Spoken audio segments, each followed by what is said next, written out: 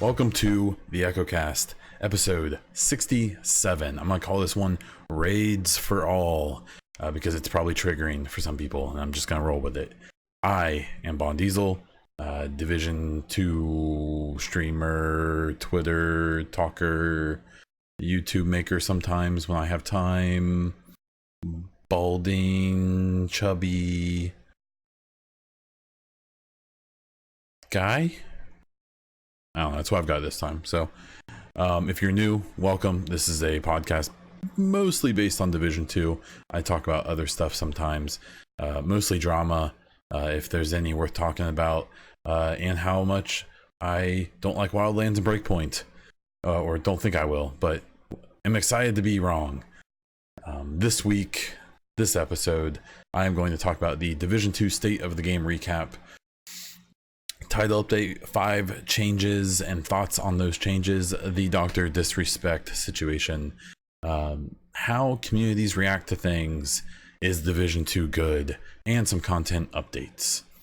If you want to support the podcast and the other things I do, please check out patreon.com/theechocast and gain exclusive rewards and early access to this podcast when I record it early enough, which I have this time, and other content, including if you want to see the stream when I record this, sub only stream, but I can designate VIPs, and patrons are also VIPs.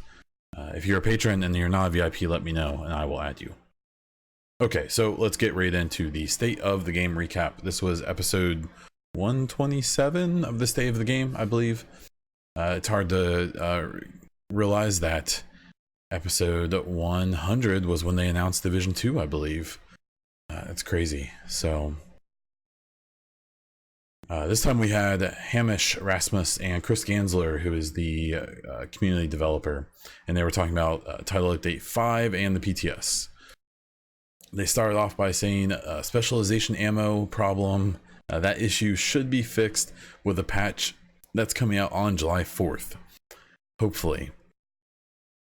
Hamish made a joke about the fix, quote unquote, for the Revive Hive as well, which I've actually never had issues with, but apparently it's still not fixed. But hopefully the specialization ammo won't be a problem after the patch on the 4th. They did encourage people to give feedback on the PTS if you're playing it on the official PTS forums. They did actually say to give that feedback on Reddit as well. So I believe Joker Unique, who's the head guy over on the Division subreddit, I believe he's just a fan, not just, but I don't believe he works for Ubisoft, but it seems like they're cooperating pretty heavily with them. And I've always told people not to post on Reddit because I didn't believe they actually followed stuff on there, because I wouldn't, but I'll talk about that later. But I'm glad they are. So apparently there isn't more of a presence there, and so you can check out either to provide feedback, but please provide it. They did just put out the story version of the raid, so they added a difficulty to the raid. I will say that I'm under the impression that was the plan from the beginning, was to do that. So for the people who believe that this is just answering the cries of the console players and casuals, I don't think that's the case. I think they were always intending on doing this, but I have no way to prove it. But you can now test that on the PTS. It does have matchmaking, because I saw people passive aggressively saying, hey, you guys get your matchmaking now. Actually, you don't get matchmaking now. The raid actually does not have matchmaking still, which is fine, whatever. I think they're gonna have an LFG system coming out eventually, and that should please most people, maybe, if it's possible. I don't know. Can't please everyone. If you haven't learned that by now, you probably never will. They also had available the 2 story missions since the beginning of the PTS. And I believe the next phase of the PTS, I want to say on Friday, is going to open up the expedition mode, which we really don't know much about. Even their descriptions of it have been really vague.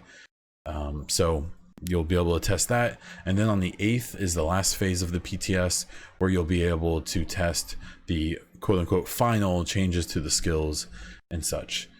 The let's see, the story version of the raid does appear to have easier mechanics. I've seen some people talking about them than the actual raid, and it's intended to have not as good of rewards. You can't get the Eagle Bearer from it, the exotic AR, and you cannot get the gear sets, I think is their intent. I believe in the PTS you currently can, but that's not intended to be that way, and I would not assume that is going to be the case when this hits live. They reminded us that Title Update 5 will have the possibility of the bosses in Title Update 5, all the boss enemies dropping exotics, so you can farm those deck of 52 even if you've completed them to try to get some rewards. But you will not get the Eagle Bearer, and you will have to have already gotten an exotic for it to possibly drop, if that makes sense. So you will need to have completed the holster mission in order for the holster to drop. So there's that. They did point out the shotguns will be modified. So in PvE, they're actually going to make them more powerful. Because right now they're okay, but they're not really worth it. They're probably the worst gun to use. So there's a lot of people who like the shotguns, and I'm glad for that. But in PvP, they're lessening the power of the shotguns, because if you've been paying attention, that in Conflict, and I believe even the DZ, the double-barreled shotgun meta, it has been real and it's been there for a while. So they're gonna knock that down and get rid of it, and hopefully that will balance up the PvP a bit. You know, that's a whole different subject we won't get into. And they did talk about how the PvP in general, the time to kill is going to be lowered a bit. I believe with Title Update 4, a lot of people felt like the time to kill in general had been lengthened quite a bit, and that's it seems like that's where the shotgun meta came from, and that people realize that you know, ARs took a lot longer to kill people, but man, those shotguns are still pretty good. So a big discussion there though has been the occupied DZ, and it also being changed, but it will not. And in fact, the shotguns will be more powerful, because what just a quick explanation of how it works. The occupied DZ is the exact same stats as the regular PvE side of the game, where the PvP modes, the normal DZs and the Conflict, have modified stats, but the occupied DZ and the regular game are the same. So if they buff it in the PvE side of the game, it's going to buff it in the ODZ as well. So, you know, whether that's good or not, I'll let you decide.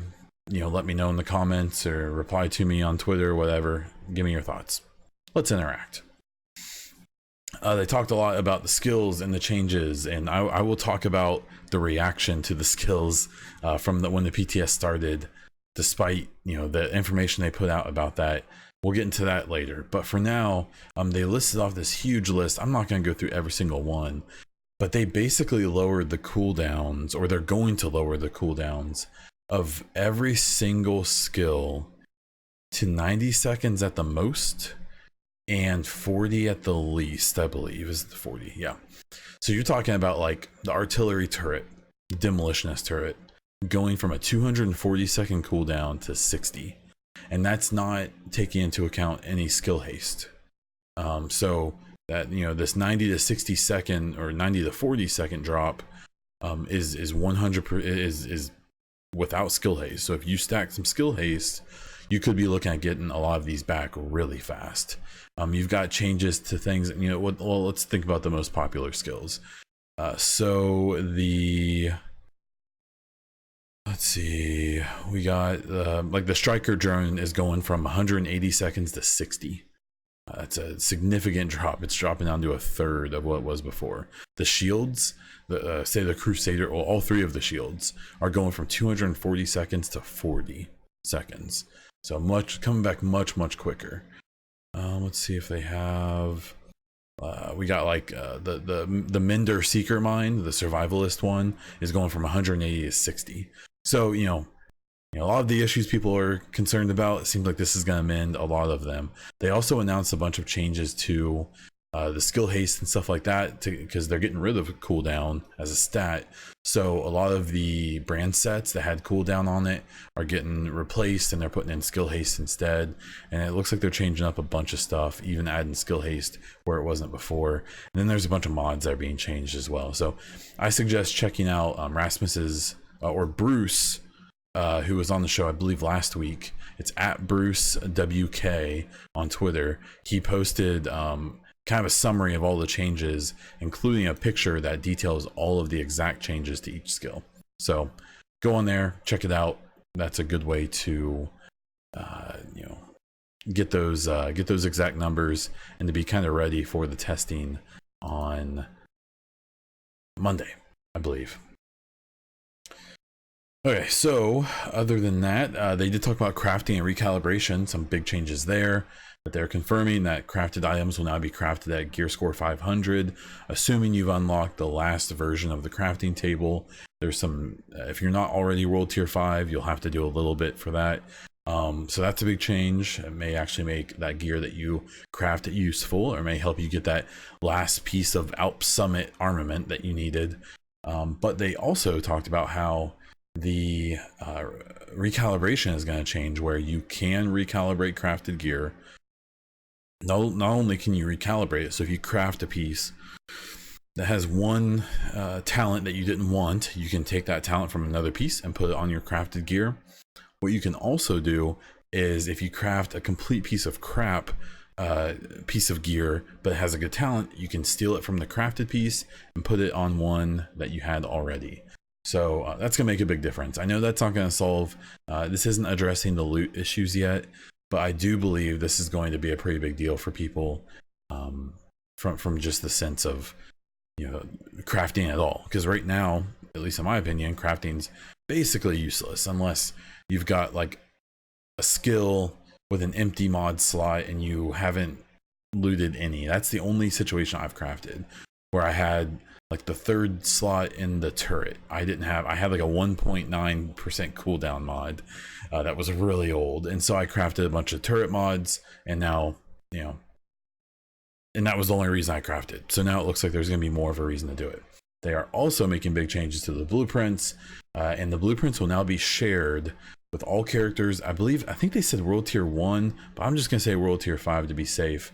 Because what you have to do is, if you have a character at world tier 5, I think maybe 1, you can go and purchase a talent that's really cheap that will allow you to share all of your blueprints with any other character you have that has that talent. And the reason they did that was, if in theory, if there's a character you're doing where you don't want to just have all the blueprints, you don't have to buy that talent and you won't have the blueprints. So and it still retains that grind.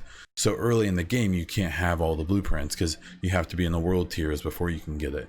So they want to keep people from having their level 10 characters in the DZ with all of the blueprints and crazy gear. So I'm glad they already spotted that issue. They also have made the blueprint loot pool just one big loot pool. So you can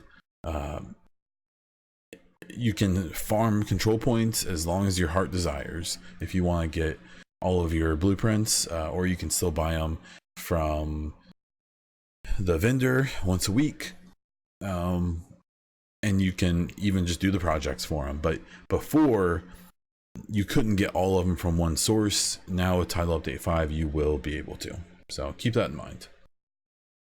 And that was about it. They talked about a few other things, the flashlight and stuff like that. It's funny, I've already seen people complaining about that, but we'll talk about that in a bit. My thoughts on the state of the game. I think that the raid thing is a good idea. I hope it satisfies everyone to a point where, like myself, I'm to a point now where I just want to play through the story of it.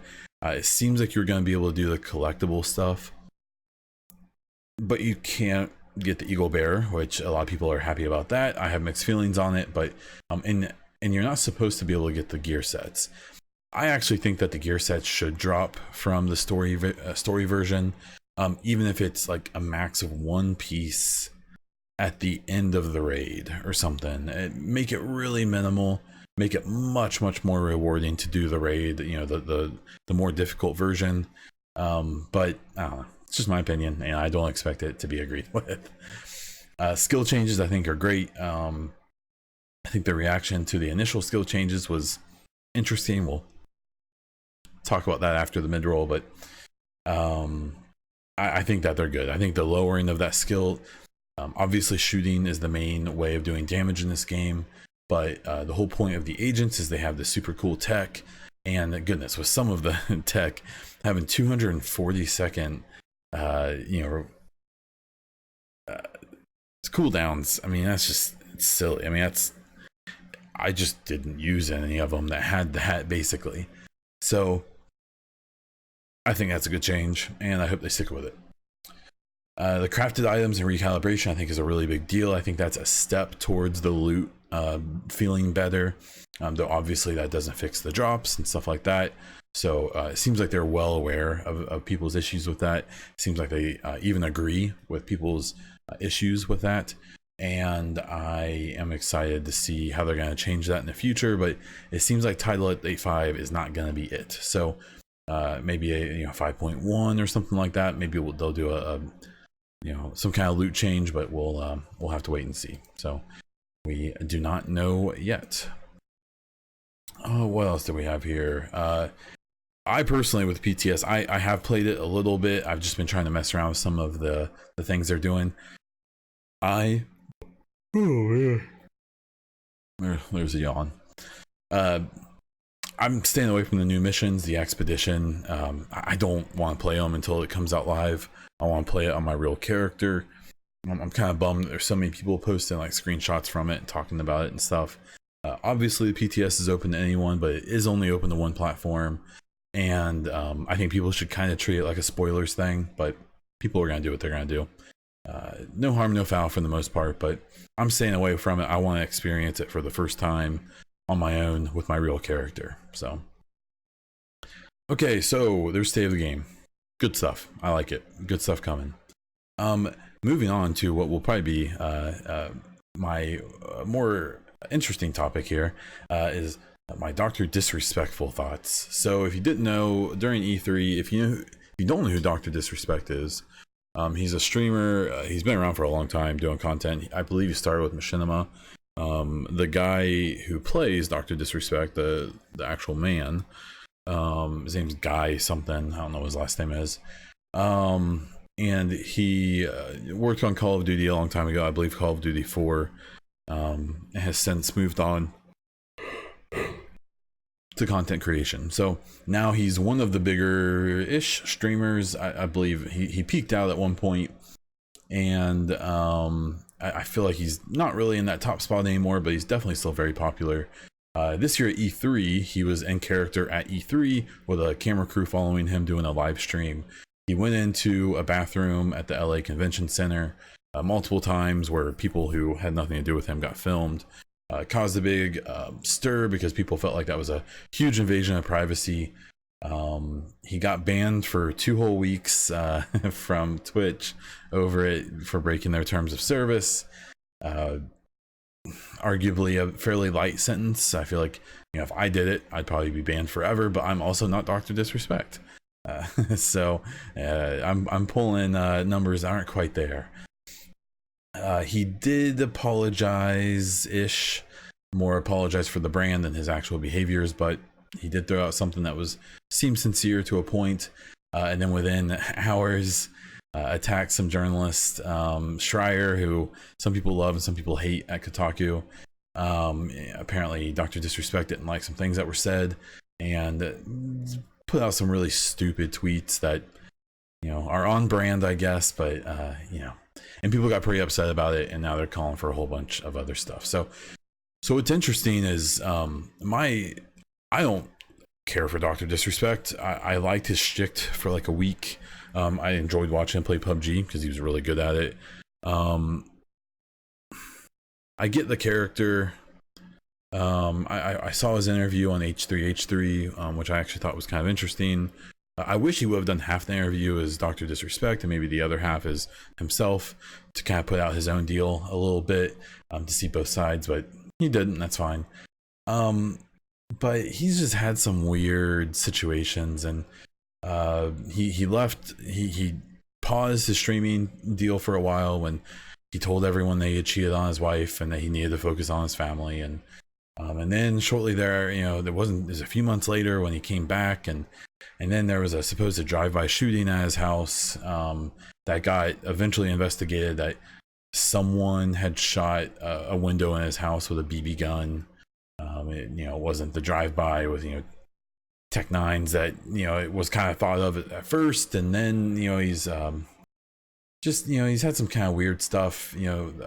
People, I think the tough thing is that people who like him really, really like him, and that's fine.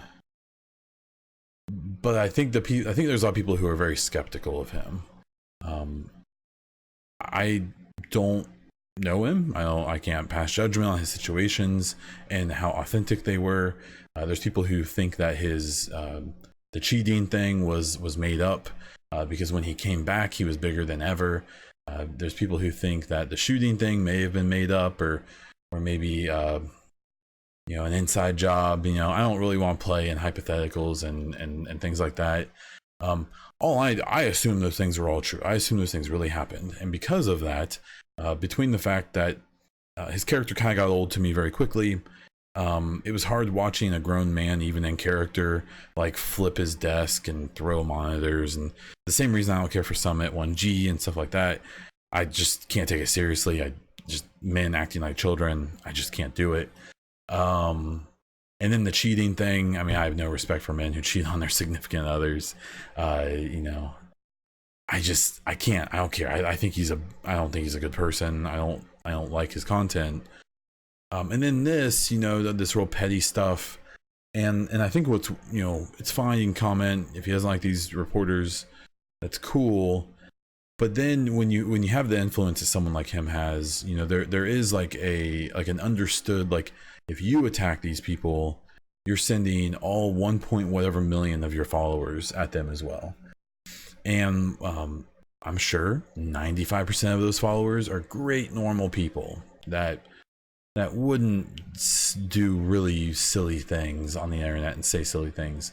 But unfortunately, it doesn't really matter what percentage of them are. His fan base, at least the more toxic side of it, how much of it is that is probably up to you. I'll leave it up to you, and how much of what percentage of that fan base is like that. But it really revealed at least a part of his community and himself to be like a really nasty influence, in my opinion.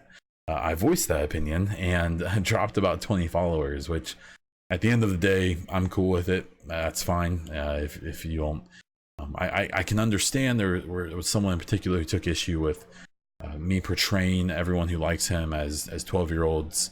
I was more trying to attack the idea of who he's going for. Obviously, no one directly. But I will say that if you were offended, if you put yourself in that spot, sorry, I guess, but not really. I don't know.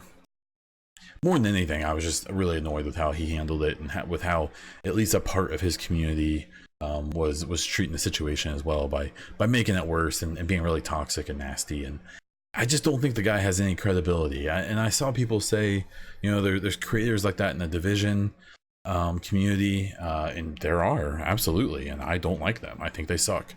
I don't think they, whether they're playing characters or whatever. I get that these people who do this full-time thing, they have to get clicks, they have to get views, they have to appeal to a demographic, and unfortunately it seems like appealing to a negative demographic is profitable in some capacity. It works. So people are gonna do what they're gonna do.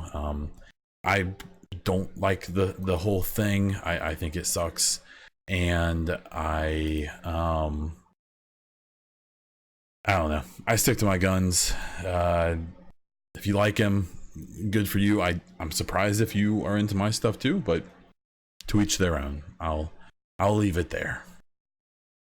And by leaving it there, we will fall right into the mid-roll. Okay, so community topics and discussion.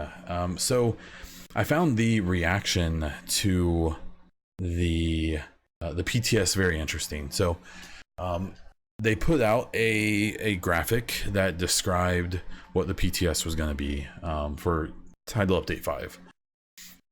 For those who saw it, they will see that the Title Update 5 was going to have phases. So it was going to start off with the 2 new missions, and then the raid, the story version, and then the expedition, and then the quality of life, skill, balancing, all that fun stuff. So what seems like happened is they released the PTS, and the PTS had some of the skill changes and balancing, but not all of it. I assume, as the graphic stated very clearly, that the PTS, the first phase of it, was supposed to be to test the new missions, not to test out the skills and all that stuff. Well, if you pay attention to social media at all around the Division 2 on Reddit or on Twitter, so on and so forth, you'll see that everyone took their PC character that had the skill build, opened it up, used it, and began just flatulating from both ends everywhere. So what I'll say is I respect that, like, on the state of the game today, Chris, the community dev, threw out there like, hey, even though these changes aren't final, we still want the feedback, still give it to us. I think that's a really respectable way to handle the situation, especially considering how sensational and silly some of the stuff was I was seeing. I think that it's totally fair to say that maybe the devs and the comm devs maybe should have communicated much clearer, like, hey, you're gonna notice changes in the skills, don't take them seriously yet. We're gonna show you guys our actual skill pass on the 8th, as the graphic says. They didn't do that, so the misunderstanding, especially for people who maybe don't pay attention to the social media side of things, is understandable. That said, the people who are posting about the problems with the skill changes and stuff like that on Twitter and Reddit and stuff like that, they have seen that graphic, or they should have at this point. And so, you know, I found myself, you know, being the shill, you know, going into shill mode and jumping in and saying, hey, here's the actual graphic. You know, look, the changes aren't final until the 8th. Chris confirmed that either on Reddit or on the forums. I can't remember where. You know, but that hasn't stopped people from, you know, I think that, you know, with most things, with most issues in this game and probably every other game in their communities, is that there's definitely a subset of people who see an issue and really genuinely are like throwing up an alarm, like, hey, this sucks, this isn't good, sound the alarm. You know, the problem is that there's also a subset of people in both communities that either just want attention, but probably the more annoying part of it, who just want to make content and get as many clicks as possible and have the most sensational thumbnail on their, you know, YouTube video they can have, or you know, and then the people who are just, you know, trolls with the game and are gonna grab onto any situation and make sure to exploit it in the most negative way possible. Those people just are what they are. They're gonna be around no matter what. But just people need to be weary. One, maybe have some critical thinking, you know, see this, realize like, yeah, maybe they should have communicated that better, but let's maybe not feed into this whole idea of like, oh my god, skills are terrible, they're more powerful, but they have 6-minute cooldowns, and skill haste sucks, and yeah, I just found that to be kind of annoying. And anyone else who observed it, you know, I assume it annoyed you too. If not, again, I think it's fine the way they're handling it now in hindsight. I do think that they should have maybe been more clear about how that there would be changes to the skills with the first phase of the PTS, but they weren't final, they weren't the actual changes, and that people should maybe disregard them and test the missions. See, the thing is, I've seen 1,000 posts about the skills on Reddit and so on. I haven't seen a single post about the 2 missions and thoughts on the missions, thoughts if they're too difficult, if they're too easy, you know, how they play out. Now, I'm avoiding those things anyways, because I don't want spoilers. but I haven't even seen topics I haven't clicked on. I've literally only seen talk about skills. People saying they're leaving the game, they'll come back in 2 or 3 patches because it's so bad and all this stuff. So just pay attention. That's all I'm asking for in this segment. Is, you know, they did give us the information, maybe not perfectly, but it was there to be consumed.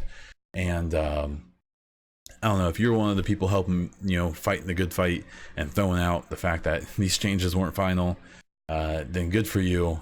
I hope you enjoyed your downvotes. I know I did. And then I've seen just kind of a topic in general. It was in that way of people like, you know, there's this ongoing conversation about the Division and how good it is or how good it isn't, depending on where you look. And, you know, I literally saw, you know, on Reddit, I saw an interesting thing where they just said, you know, and this game is 2 or 3 patches away from being good. Obviously, that's a subjective opinion. You know, my opinion is probably skewed and biased, and I understand that. I try to be really open and upfront with how my opinion is probably biased. I, you know, chit chat with a dev or two, you know, on the side every now and then. I've really enjoyed this game ever since the first released. Through the trials and tribulations, I always enjoyed it. I thought the game was always really fun. I've always been more than happy to acknowledge that the game has a lot of issues, but I've always personally thought that it's such a unique experience, and I like the world and the aesthetic and everything. You know, just the fun of the game has always trumped the issues with it. While that's only me, and other people don't have to agree, I think that's perfectly fine. I don't know. I really think. I think to say the game isn't good right now is a stretch. You know, obviously the honeymoon period, the game came out, a big difference in the first game. The first game got a lot of positive look at first, but really quickly that fell off. With this game, it took a little longer.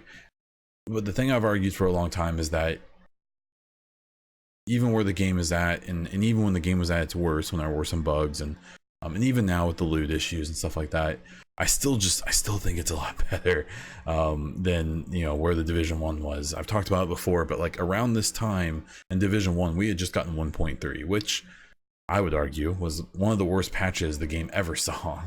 And we're not there. We're not in 1.3 territory, but some people think we are. And again, to each their own.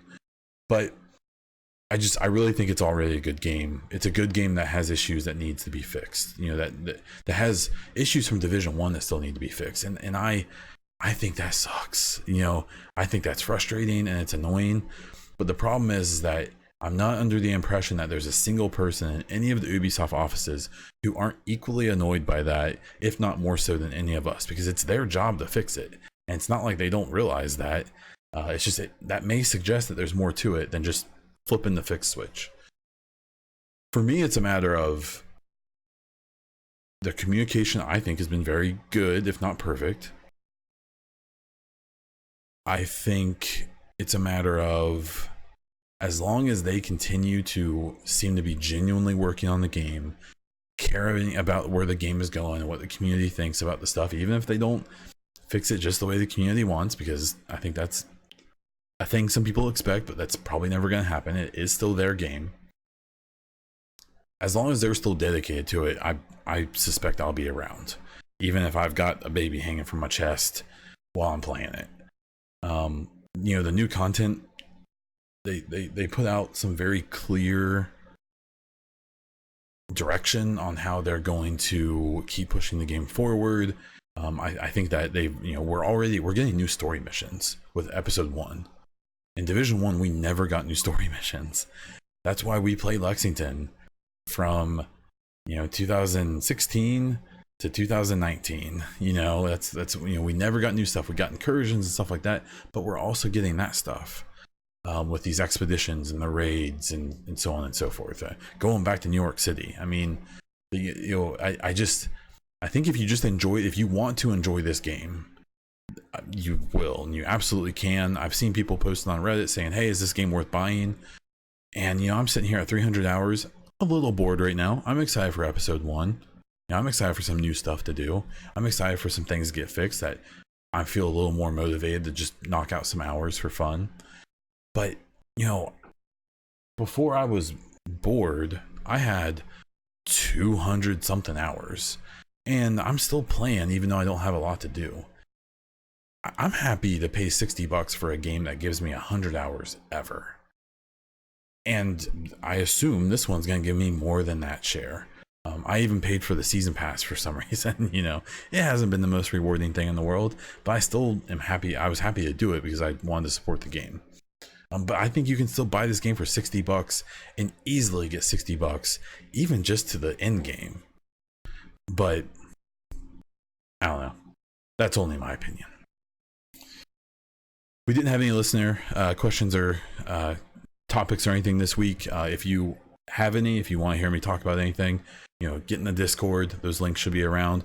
I always put a post up on Twitter. I try to put a post up wherever I can to give you a chance to give me questions, including the Bullets and Beer Discord, where SitRep and a bunch of the other Bombshell Jackets and so on and so forth, we're all in the same place. If you're on that Discord, you can ask questions there as well. For content updates, just a couple hours ago, I'm recording this on Wednesday, Bay Diesel and I did our baby shower stream. Huge thank you to everyone who stopped by. An even bigger thank you to those who threw some gifts our way. All in all, we raised $100, and that will go towards Baby Diesel's crib mattress, which, yes, the little tiny mattress is $100. And so I'll post pictures of that when we get it and so on and so forth. But I do really appreciate that. It was a lot of fun streaming with her. Actually, we played FIFA for a while, and we lost both what I think we played 2 or 3 games. We lost them all, but we got better really quickly, and she was picking it up. She hasn't played video games in probably 4 or 5 years, so you know, she was at a distinct disadvantage. And I think she had fun with it. Then we played some Mortal Kombat, and she actually kicked my butt a few times because I have no idea what I'm doing with that. And it was a lot of fun. And I think there's going to be a new audio command in the stream for me calling out that we scored a goal. So if you there's a clip of that, I'll post it at some point, and we'll talk about that. But again, thank you very much to everyone who stopped by that. It was really nice. It was great. It was really awesome. I am trying to work on some new ideas for videos and stuff like that. I just honestly haven't had a lot. I want to do some some lore videos and stuff like that. I do want to continue doing the like the lore videos I was doing about the recordings and stuff like that.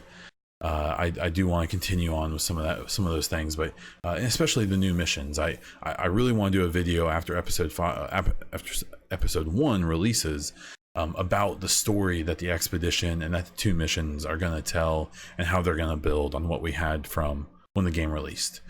So I am excited about that.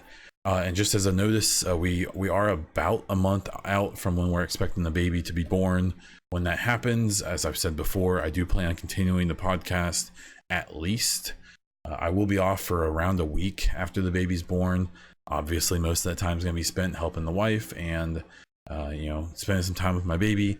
But if I can spare a couple hours, I'll definitely jump on stream and say hello.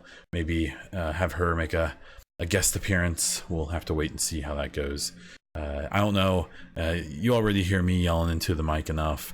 I don't think you need her as well. So we'll have to wait and see for that. But it's going to be here soon. Holy crap.